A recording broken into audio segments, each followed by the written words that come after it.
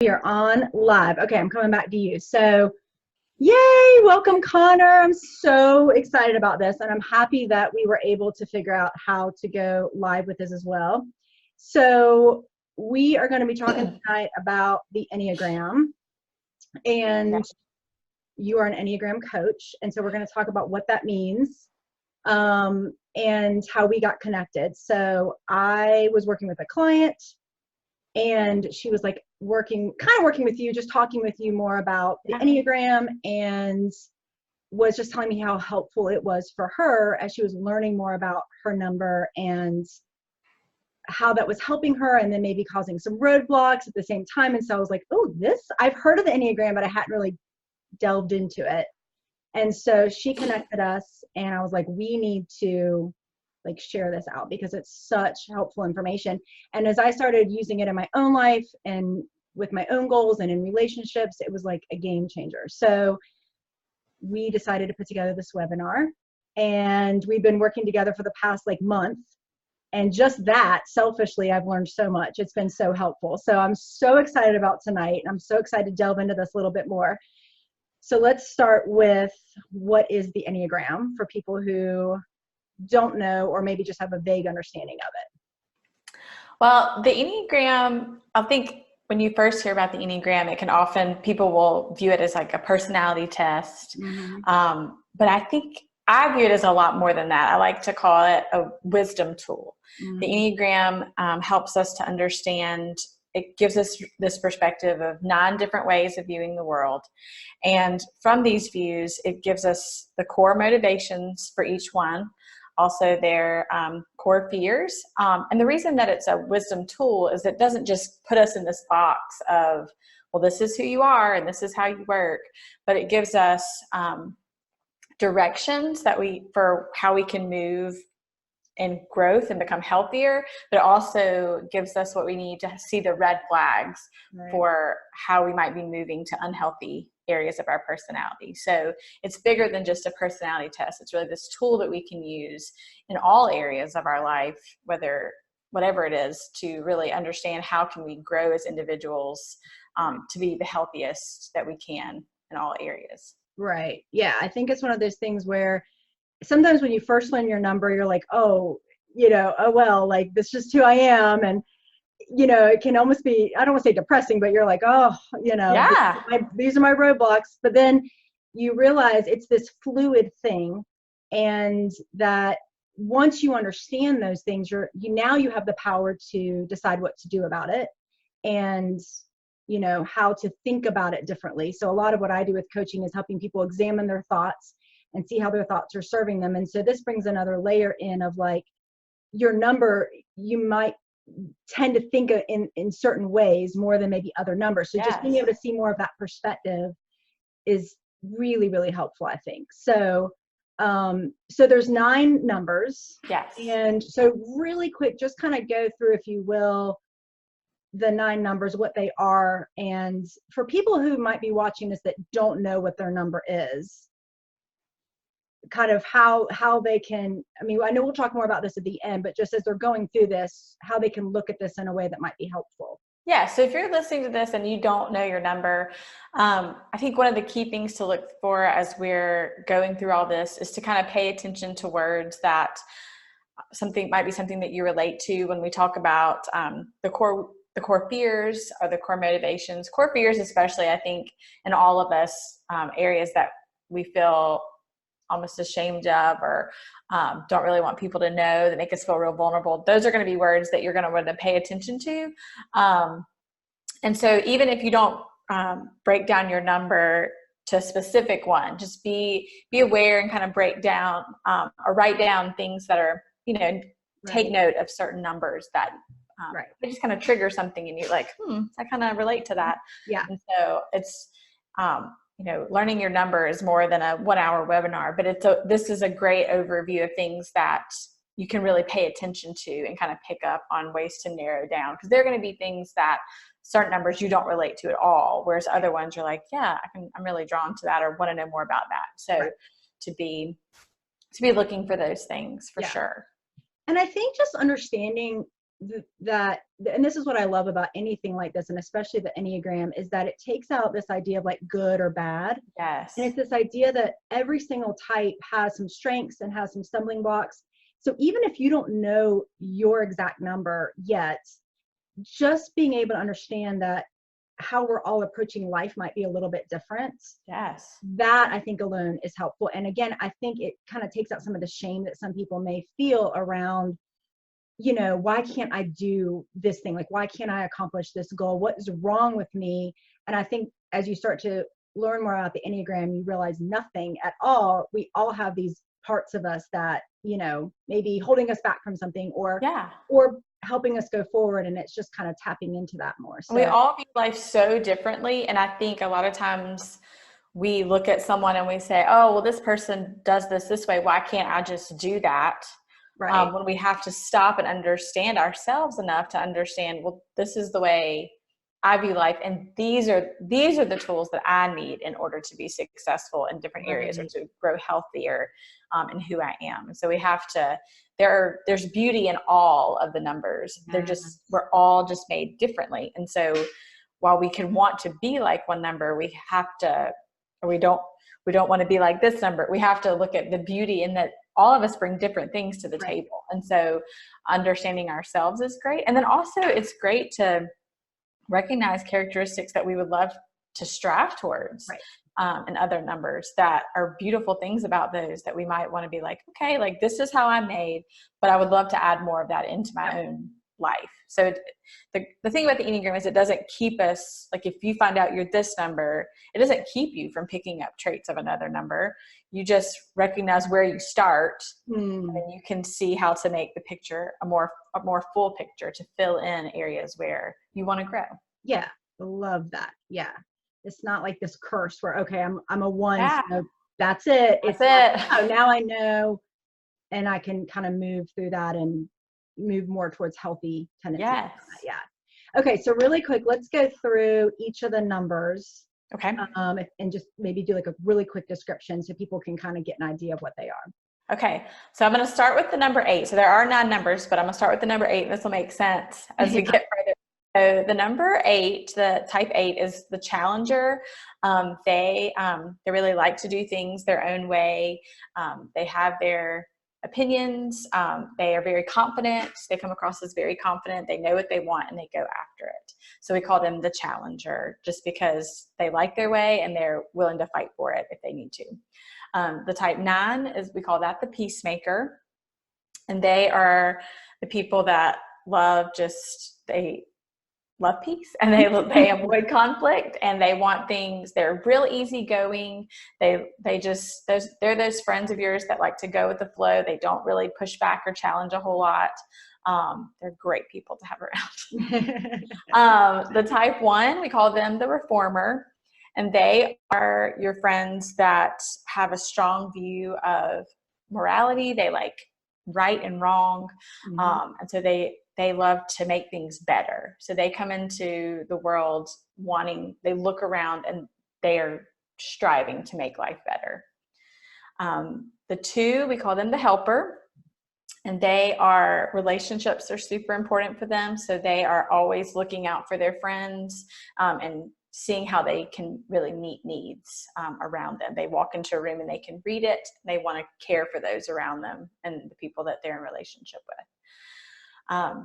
Type 3s, they're called the achievers, and they are your task-oriented, goal-minded individuals. And they are going to see what needs to be done. They're going to make a list of how to accomplish it, and they're going to go after it. So these are just your great, just high efficiency individuals.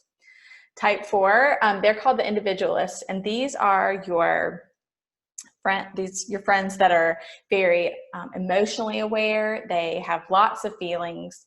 They're creative individuals. They they see the beauty in the world and how things are just made really special.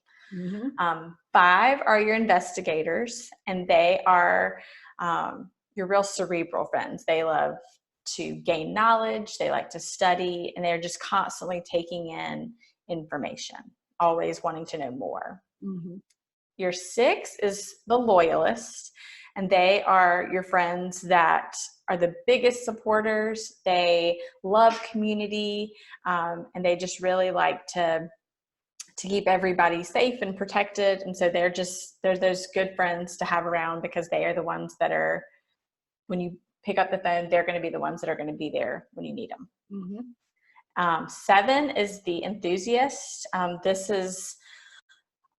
These people love adventure. They love to be on the go. They don't like to stop. So they are just they're your good buddies. They love to have a great time. And so they're just never satisfied with all the things that life can give. They just want more. Right. And that's everybody, I think. Yeah. So we've been all the way around the circle. Yeah. And there's so many layers to this. Like, yeah, there's a wing. We won't get into all this tonight because we definitely don't have enough time. But there's wings. So like with me, I'm a 9 with a 1 wing, and then like you said, you can pull in your other wing. I mean, so there's all sorts of layers. Yeah. It's a lot of fun to really go in and explore it. You have to be careful because you'll want to go around and start like guessing what everybody's number is, which yes. can be dangerous and not fair always, but you're like, I think she's a 2, you know. Yeah. Yes. But it really does help you just understand other people a little bit better. Even if you don't know for sure their number, just knowing, they may be seeing this different than me, that's helpful. And I think when it comes to the health stuff too, just understanding, like if you're seeing something on Instagram, somebody that's, achieving some sort of goal, they may be somebody that's completely different than you, and the way they go about it and what they're doing and how they're achieving it might not be at all right for you. So it's not like, that what they're doing is wrong, but it's that don't compare and despair type thing. Again, what works for them may really genuinely not work for you based on, those inner motivations that you have. Yeah. So that's kind of what we want to talk about tonight. But again, for time's sake, we want to break this down because we could honestly talk for hours. Yes. And go into each number, but we want to break it down into the triads, which is so fascinating. So tell us really quick, there's 3 triads.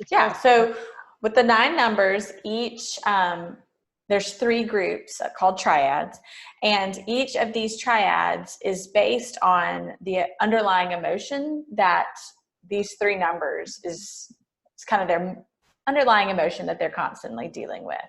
And so we broke down tonight, just in order for time's sake, we'll talk about each one, but we're going to break down them into triads and talk about how each of these numbers deals with not only this emotion in a different way, but how this kind of affects the way in which they view life and health and all the things. Yeah. And it's interesting because within each triad, where it gets tricky is like, even though they're dealing with the underlying emotion, like with the gut triad, anger is the underlying emotion. Well, the peacemakers are in that triad. So it's interesting how it shows up very, very, very different. So again, as we talk about this, again, that's where there's so many layers to this. But I think at the same time, we as we talked over the last few weeks, figuring out how to group this together in a way that makes sense in where each of these triads might kind of struggle with some things and some ways that they can approach it.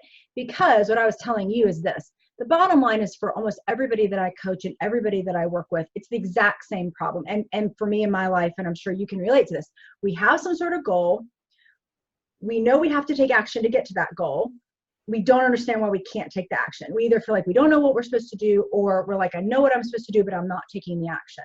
Right. And so that's pretty much the same for all the numbers to some extent. But the reasoning why, I mean, what I teach is it's always your thoughts, but for each of those numbers, some of those underlying thoughts, beliefs, motivators are going to be different. So once you understand that, now you can approach it in a way that may allow you to start to take that action. Right. So kind of how we're breaking it down. Yeah. And so just as in all of life, like when we're looking at the Enneagram, these underlying emotions kind of tell us where individuals are responding to life from.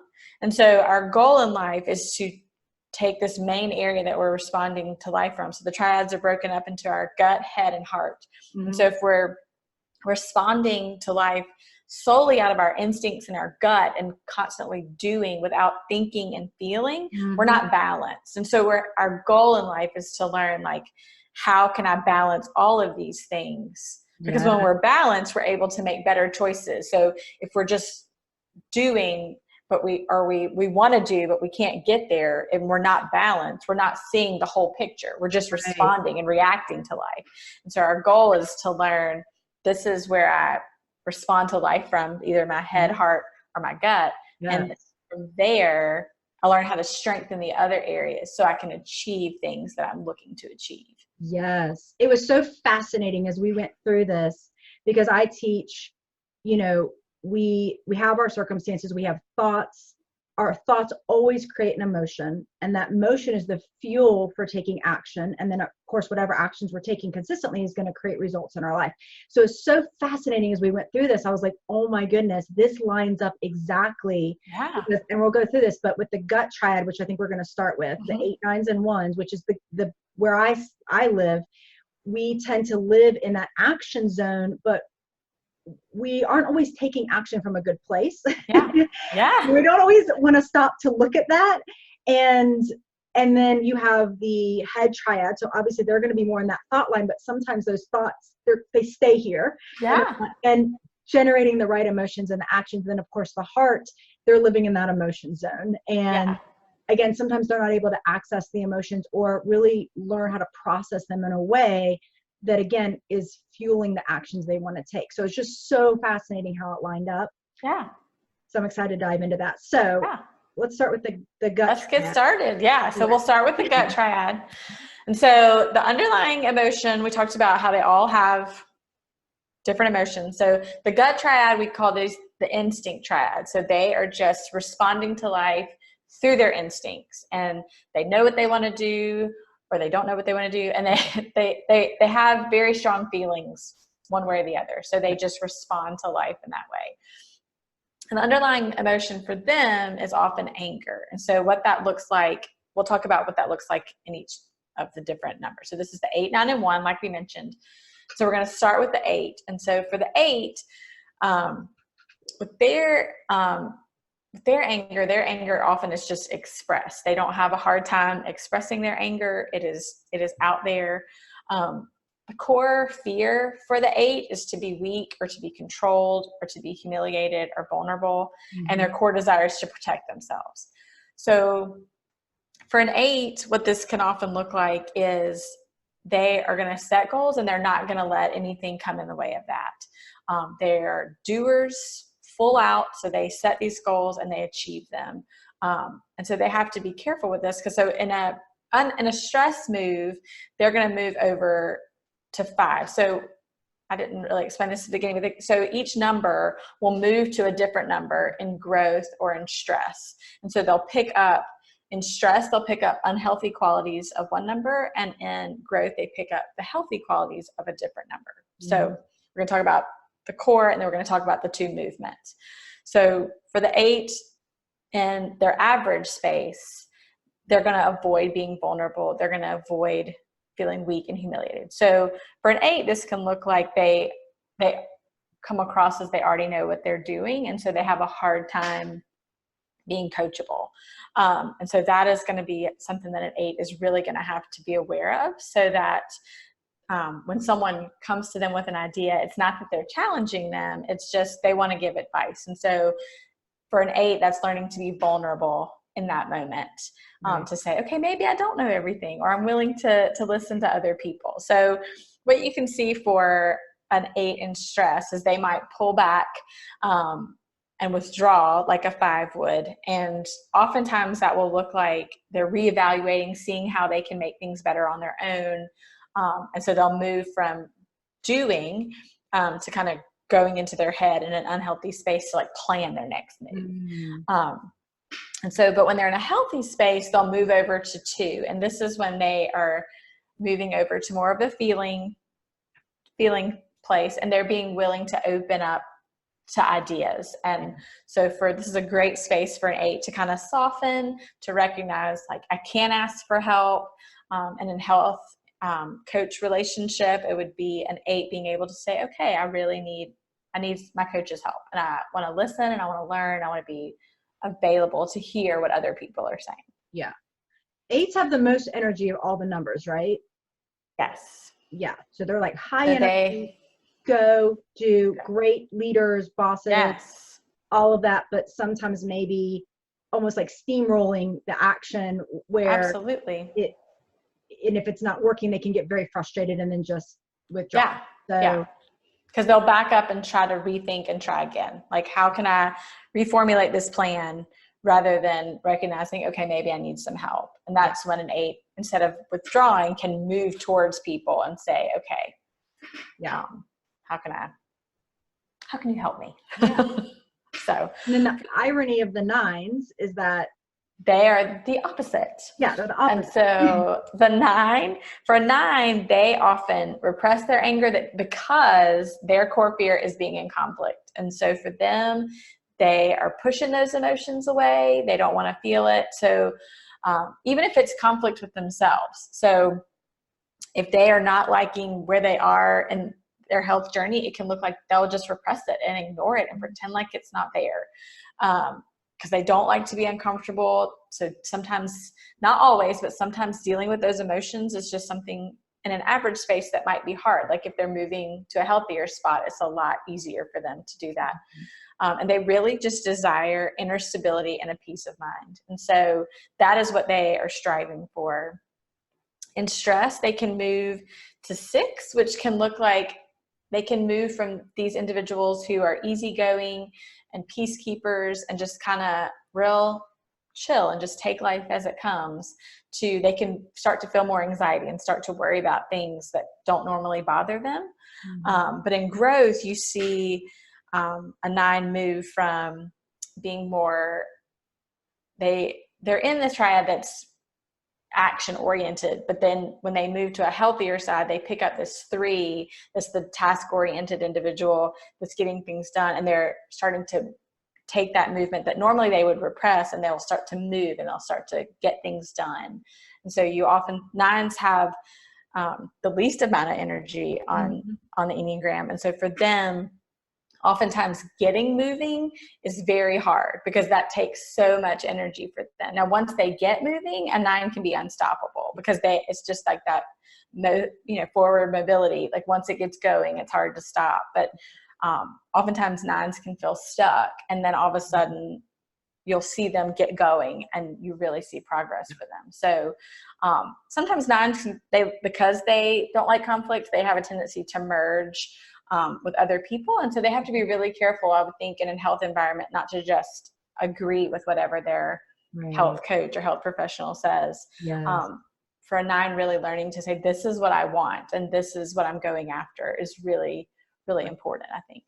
And I think we talked too, like keeping things really simple. And I can say this as a 9, but it's easy if we see a mountain of things that we have to do. Like I've got to do weights and I've got to run and I've got to do yoga and I've got to stretch. It's like, whoa, like forget it. Whereas if we can kind of simplify it down and, do what feels good to us and then just keep it simple, that is way more motivating to get moving. So I know like me, a lot of times, I'll plan to go to the gym, but I won't always know exactly what I'm going to do until I get there. And then it's like kind of just go with the flow of what I feel like doing that day. And that's 100% okay. Like I think it's important for 9s to know that, and really any number, that you can do what feels good for you and keep it really simple.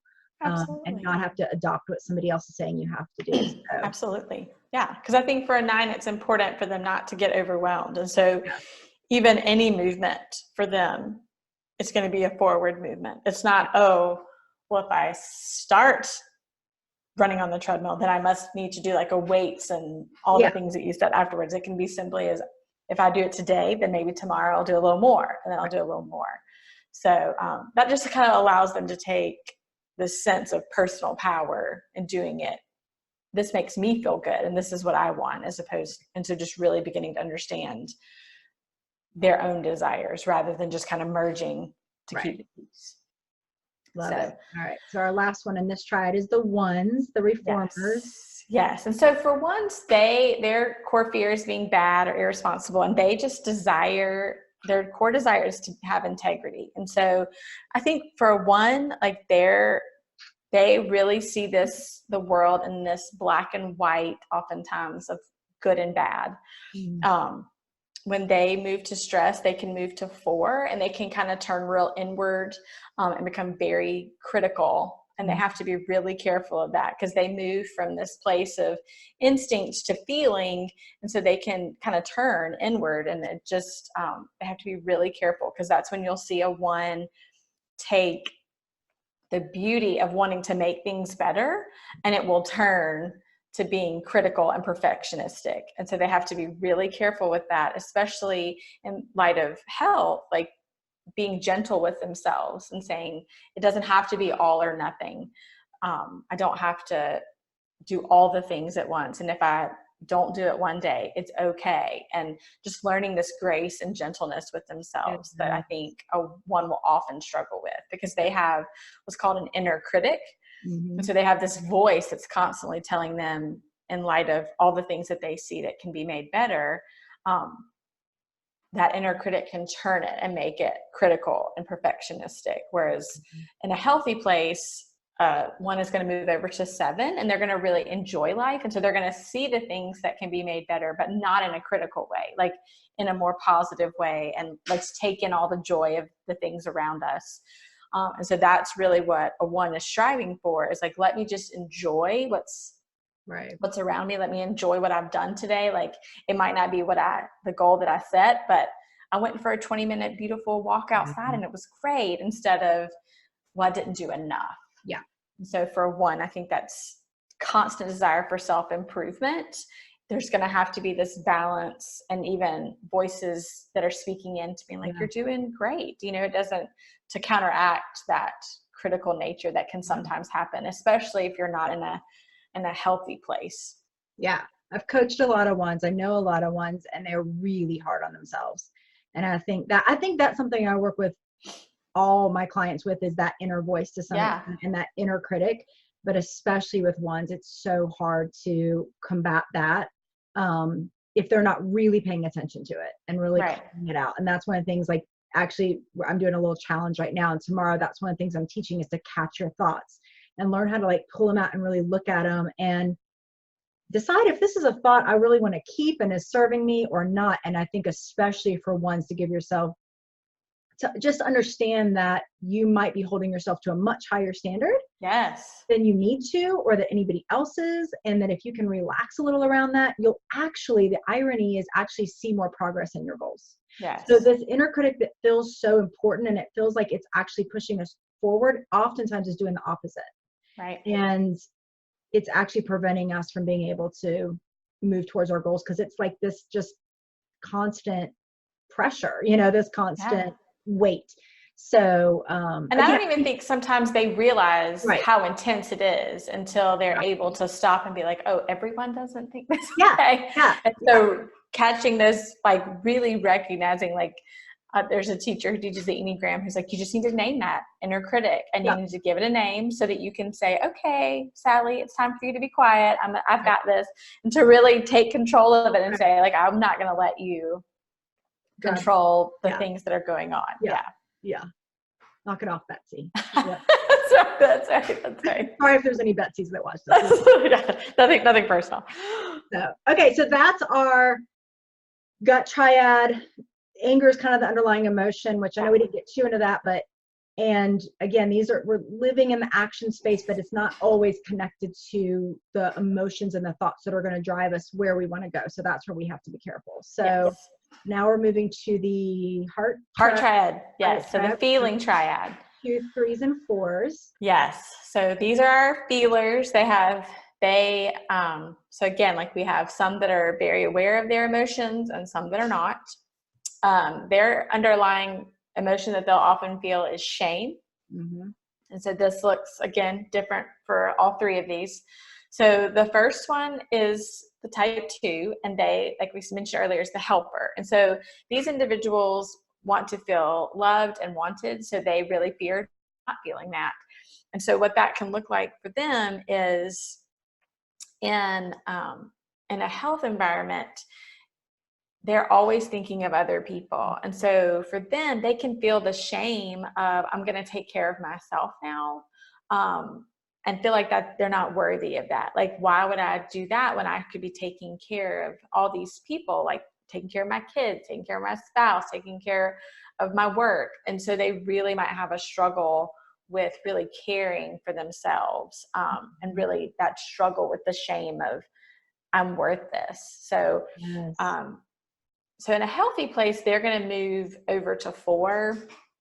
And that's going to look like they're going to become a lot more aware of their own needs. And so you'll see them really start to prioritize themselves, not in, and I want to hear this, it is not selfish to care for your own needs. And so you'll really see them own that and say, like, I need to be able to do this for myself, because when I care for myself, in the same way they tell you about the oxygen mask, when I care for myself, I can care for all these other people that I'm concerned with. And so that's super important to recognize that that is the movement that they want to take. Yeah. When they make a kind of a stress move, they tend to get real aggressive and really frustrated because they'll move over to 8 and they don't really understand.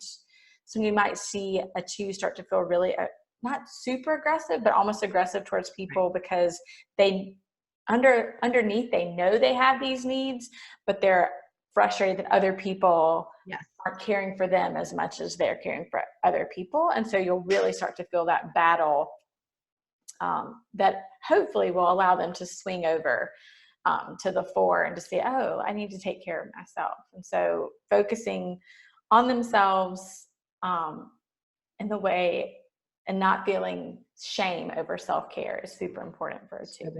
Yeah, and sometimes it can sound to other people kind of like they're making excuses. But and I was telling you this because I have some 2s in my life that I love, but I'm like, what? I don't understand why. But to them, it's so real. It really feels so wrong. All this has to be taken care of. All these people have to be taken care of. Then I can focus on me. Right. And that feels so real to a 2. So if you are a 2, understanding that not everybody else thinks that way, and it's totally fine for you to put yourself somewhere in there and make yourself a priority. And that doesn't mean you're bad or selfish or don't love those people in your life. And I think a lot of women can identify with this, even if they're not a 2. Right. Yes. A lot of moms can identify with this, even if they're not a 2. But it's going to be even more amplified for those. Yes. You'll definitely, as a woman who is a caregiver in any form, like, you're going to be drawn to this. And so I would just say, like, just because you're drawn to this, and we all struggle with self-care, don't be confused to think, oh, well, that must be my number. Because I feel like what you said, like, absolutely, like, as a woman, as a caregiver, like, this is going to be an area where we're all going to struggle. But for a 2, it's this whole other level of just, like, it is selfish to care for myself. Like, I think sometimes any other number would be like, I know I need to, I just don't have time. Yeah, right. But it's this different kind of struggle for them. So for the 3, the achiever, they're kind of the number in the feeling triad that's a little different. They process life with their feelings, but they're not a big fan of actually recognizing those feelings. So for them, they repress their shame. So they're going to try to ignore that. Their core fear is being unimpressive or exposed or being second best. And so what you'll find with 3s is oftentimes they wear these masks because they can be these different people in different situations. And what they're really desiring is to be loved for who they are, but for a 3 to be vulnerable with what their actual needs are and what they actually are wanting is really, really hard. And so they'll create these to-do lists and these ways of being successful. And so for them, it's a real struggle to sometimes get started or to set goals and then fail. That's very hard for a 3 because they don't, not only do they not want other people to not see them achieve their goals, but it's really hard on themselves because they will really turn inward because they have these feelings of failure, but they won't sit down and really face them if they're not in a healthy space.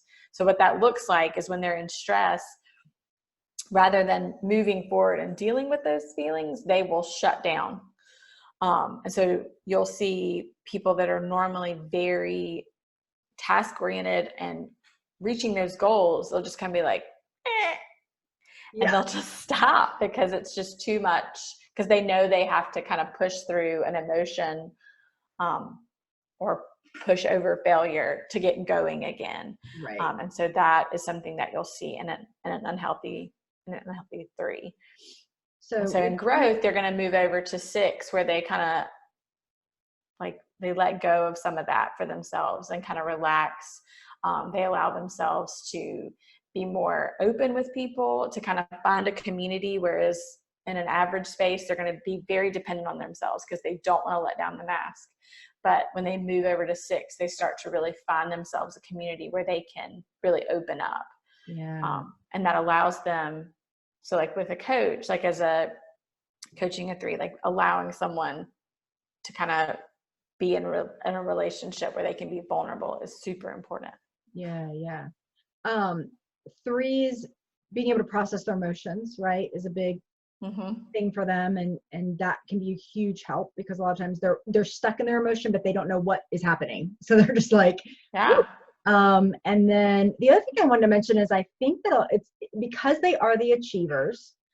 A lot of what we see in the health and fitness world, a lot of the pictures on Instagram and things like that oftentimes are 3s, which is not bad. But again, if you're not a 3, it's important to not assume that that's always the way to do it, or that that's what's going to work for everybody. And so I think that's just a little thing to throw in about, the 3s and the achievers. Because we live in a society that celebrates achievement.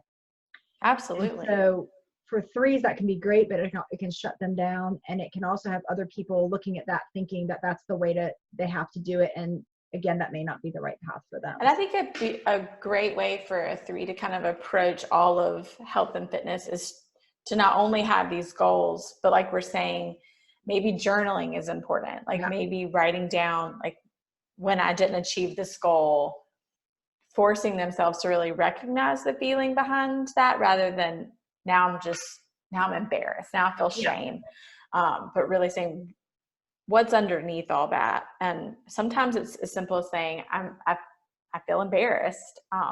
But also recognizing like there could be more pressure that they're putting on themselves, but to actually spend some time recognizing that, I think, is an important breakthrough for a 3 to really move forward. Love it. Good. And then our sweet 4s. Our sweet 4s. These are the people of the feeling triad that feel all the feelings. And one of my best friends is a 4. And when I talk to her about this, she's like, I just don't think people understand like how we can feel happy and sad and mad, like all at the same time. And like, we just are exhausted from feeling all the things. And so they just feel all the things. And so this group really likes to feel, they want to feel understood, but they also have this desire to really find a uniqueness and a specialness that's truly theirs.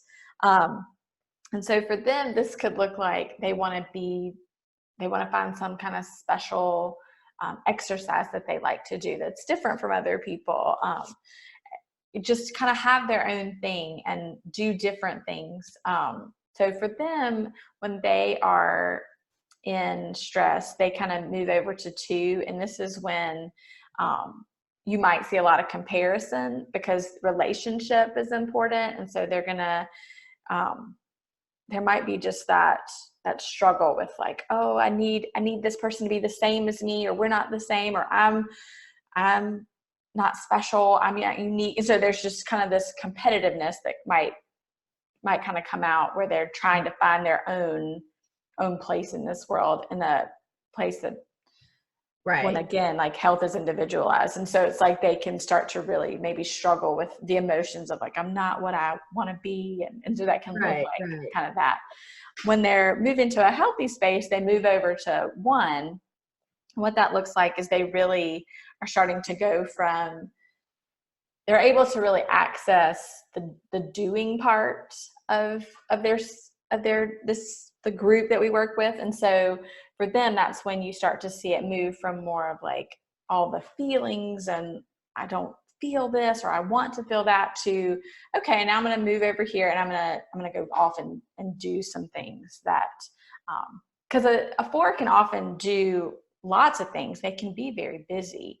But for them, maybe it's not the thing they need to do because they don't want to do that. And so, because that's not enjoyable or that doesn't evoke the right emotion for them at the time. So for them, like moving over to 1 means they're starting to get things done that really need to be done. And so you see that maybe in a 4 avoiding what needs to be done. And then all of a sudden when they're recognizing, okay, like this is going to make me feel better or this is the right choice. Yeah. Do they struggle? I think we said maybe sometimes with just consistency because it can start to seem boring. So I mean, I think a little bit, like if it's doing the same thing over and over.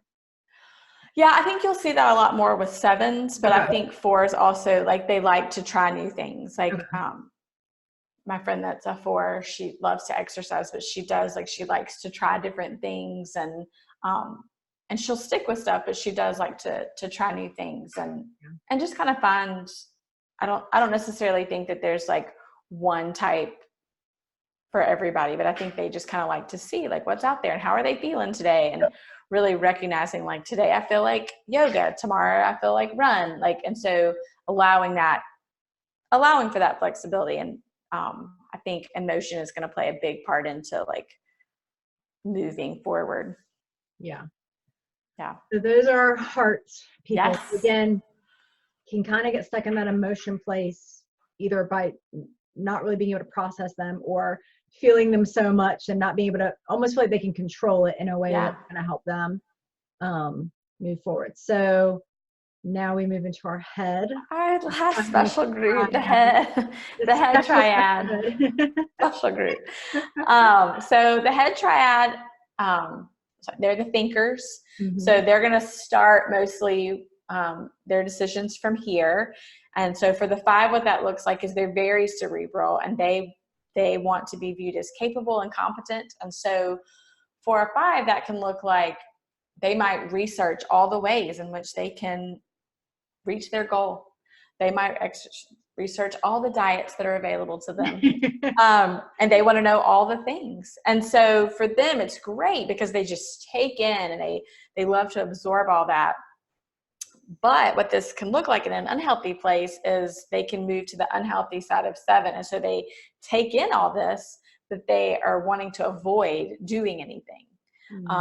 Because if they don't love exercise or they don't love the change that comes, then they're going to avoid that. And so it's like, well, I'll just take in all the information, but I won't go do it. Yeah. And so in a healthy space, they move over to 8. And so what that looks like is they take the information. So they go from thinking and they move to doing. So that's really the goal for a 5, is to quit thinking and planning and coming up with the perfect way to do it and just start it.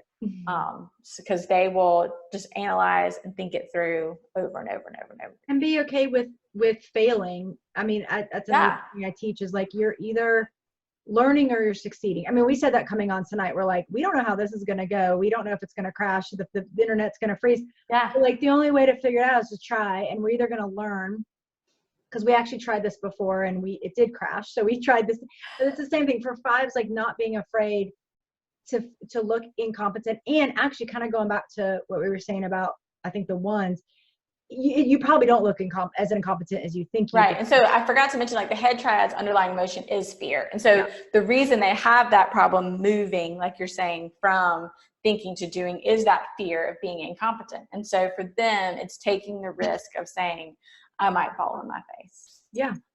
I might have to start over 25 times. Right. And this might not be the exercise plan for me, and so all these things that they can try to research or study their way out of or think their way out of, they have to realize, like, I got to just start and I can't worry about because then what this looks like. The knowledge feels safe, and absolutely. Learning feels really good. Like if you're in a pain point, you're wanting to make a change, learning feels really good. The problem is And listen, I'm like podcast lady. Like I can just listen to podcasts all day and be like, I'm so much better, but I haven't actually taken any action. And so that's where fives can really kind of get. Yeah. Like they can take in and just kind of create this like library of information, but it's like at some point you have to take the knowledge and do something with it. Mm-hmm. Yeah. Awesome. So for the sixes, they are your security peepers. So for them, their fear manifests itself in wanting to be safe and to have support. They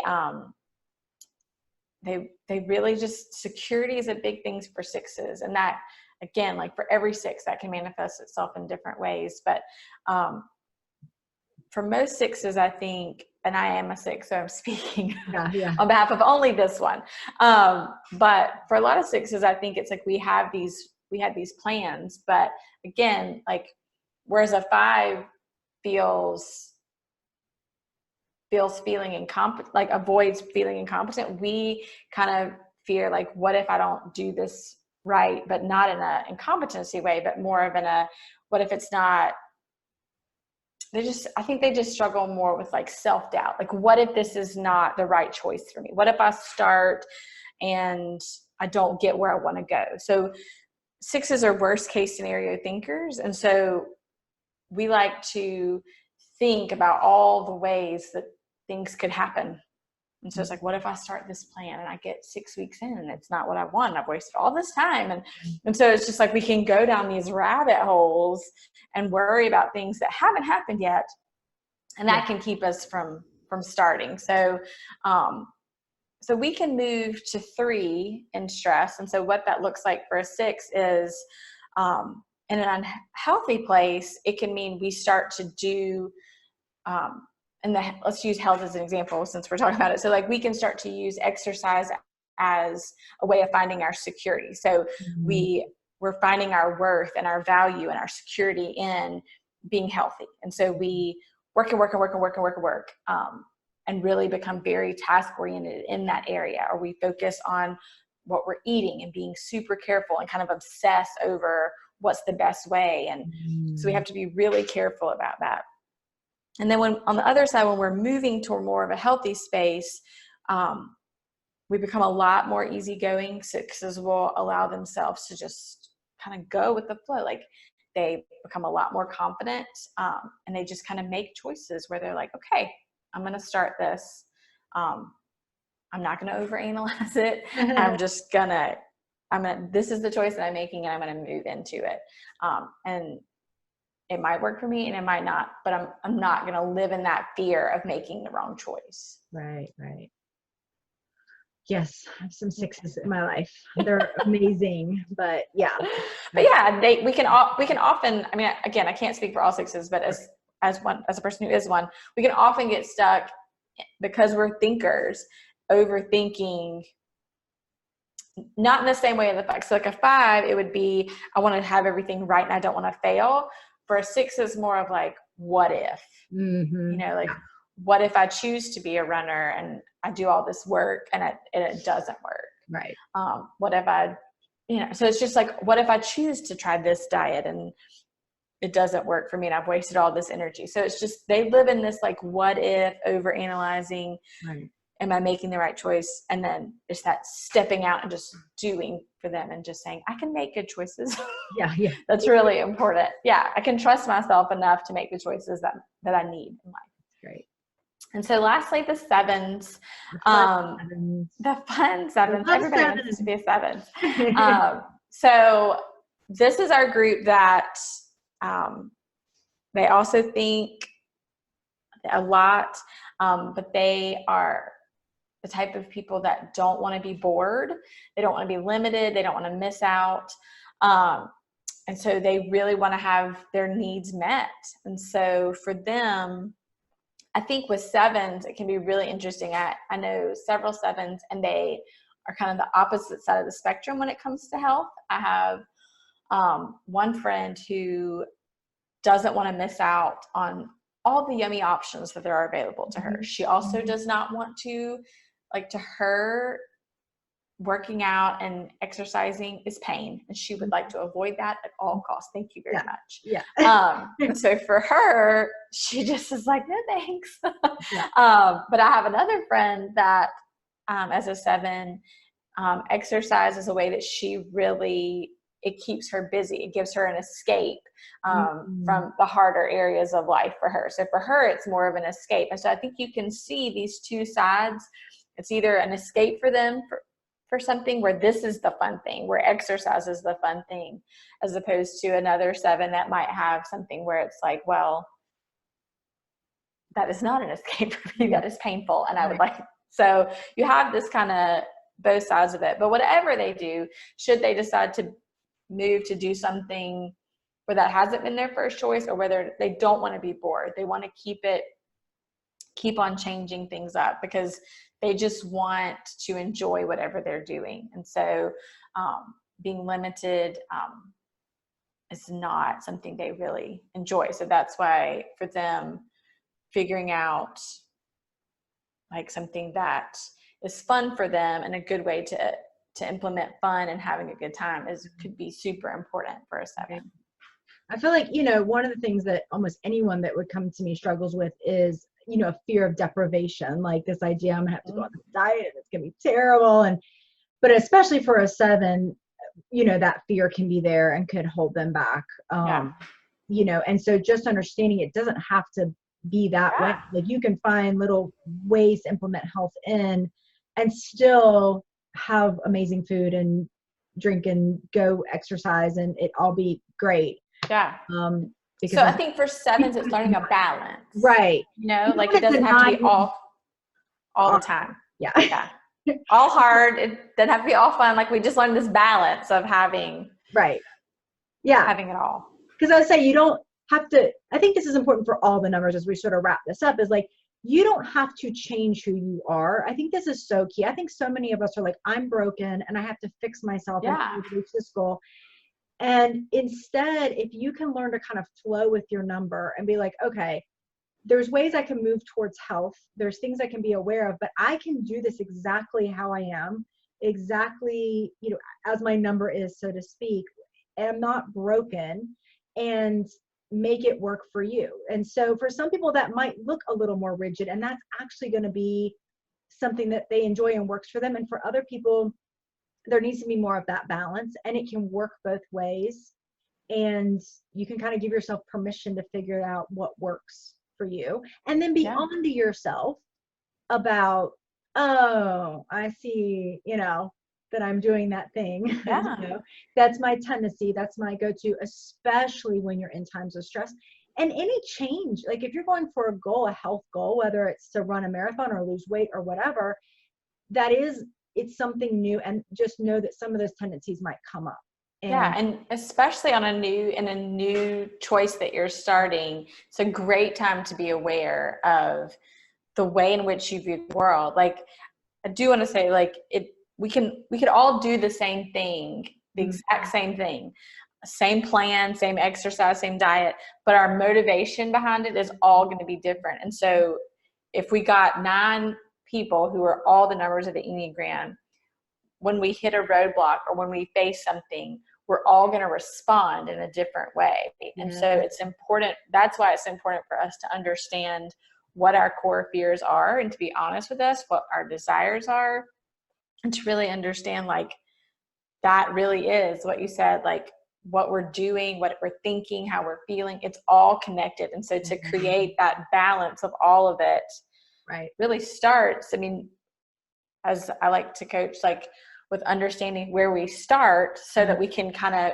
work on balancing all of it. So that's really our goal, is to understand what we need, like what are those missing pieces that we need in order to really create this beautiful picture of like healthy health, you know? You have to know, you have to be, one of my coaches always says, it's like you're a fish in water, because your own belief system, your own way of viewing the world, you don't realize that other people are doing it different, or I think this is maybe more important, that there are options. My coaching, that's a big thing, is like, this is the way you're viewing it, but here's some other ways you're allowed to view it, Yes. You get to decide what's going to serve you best. What thought pattern, which, belief system is it going to serve you best for reaching this goal? And so again, just knowing, because we assume everybody else is thinking the same way. Mm-hmm. And our brain's very interesting because it'll help us find evidence of whatever we believe. So just being open to this idea of, oh, wait, there's other options. There's ways I can move that can really serve me. But at the same time, I'm not broken. Yeah. And there's wonderful things about all the numbers that can help people Yeah. move And towards how it. understanding ourselves can really almost be like a key to giving us that freedom to just be like, this is who I am. And so let me understand myself so that I can achieve the things that I'm really wanting to achieve. Yeah. I Yeah. love it. So fun. And again, we're just like, it's an hour, but we're just like tip of the iceberg. Yes, I know. I feel like we've just like shot all this information out at people. So, okay. So to wrap it up, okay, if people want to find their number, maybe they have a rough idea, but they want to delve into this more. First of all, they should contact you because you do typing sessions. Yeah, typing sessions. Yes, yes. So first of all, how do they find you? You've got Instagram, website. Yes, you can contact me through my website, which is Enneagram Coach Greenville, or through my Instagram account is also Enneagram Coach Greenville. And so it's a great way. There's lots of information on there if you want to have more information. But I do a consultation and we can sit down and have a conversation. It's like a free 30-minute consultation and we can talk about kind of where you are and what you're thinking and what would be a great fit for us. And then I also do typing sessions if you want to sit down and try to really nail down what your number is, what that looks like. Because be careful of some of the tests out there, right? Like, especially the free ones, they don't always give you the right number. Well, you can really, a lot of the tests, you have to be really careful because they can be based on actions and what you do and not really based on your motivations. And so I really encourage people, if you want to know more about the Enneagram, just in a deeper way, there's just great resources to like really just read through a lot of the information and to study all of the numbers and really cross out the ones that you're not and really kind of narrow it down to 2 or 3. And you can also just kind of bring it down, but it's a greater picture rather than just taking a test based on, because I've taken many of the tests and I've never come out the same thing.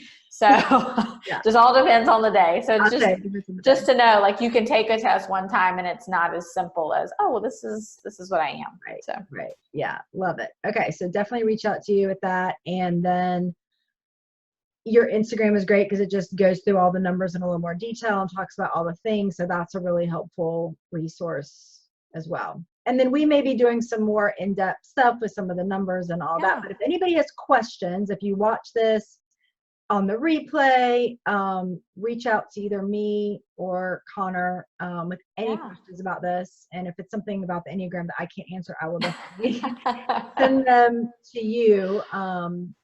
But yeah, it's just a really helpful tool, I think, for people to, especially if you're feeling stuck. You're feeling like something's wrong with you. This is just one of those many tools that you can use to get some movement going, literally and figuratively. Yes. Moving towards the goal. So I love it. So good. So fun. This has been so helpful for me. Hopefully everybody else finds this equally as helpful. I'm sure they will. So thank you so much. Well, thank you for having me. This was great. And okay, I'm going to go ahead and see if I can get off everything here. But thank y'all, everybody, for watching, and we will talk to you soon. Bye. Bye.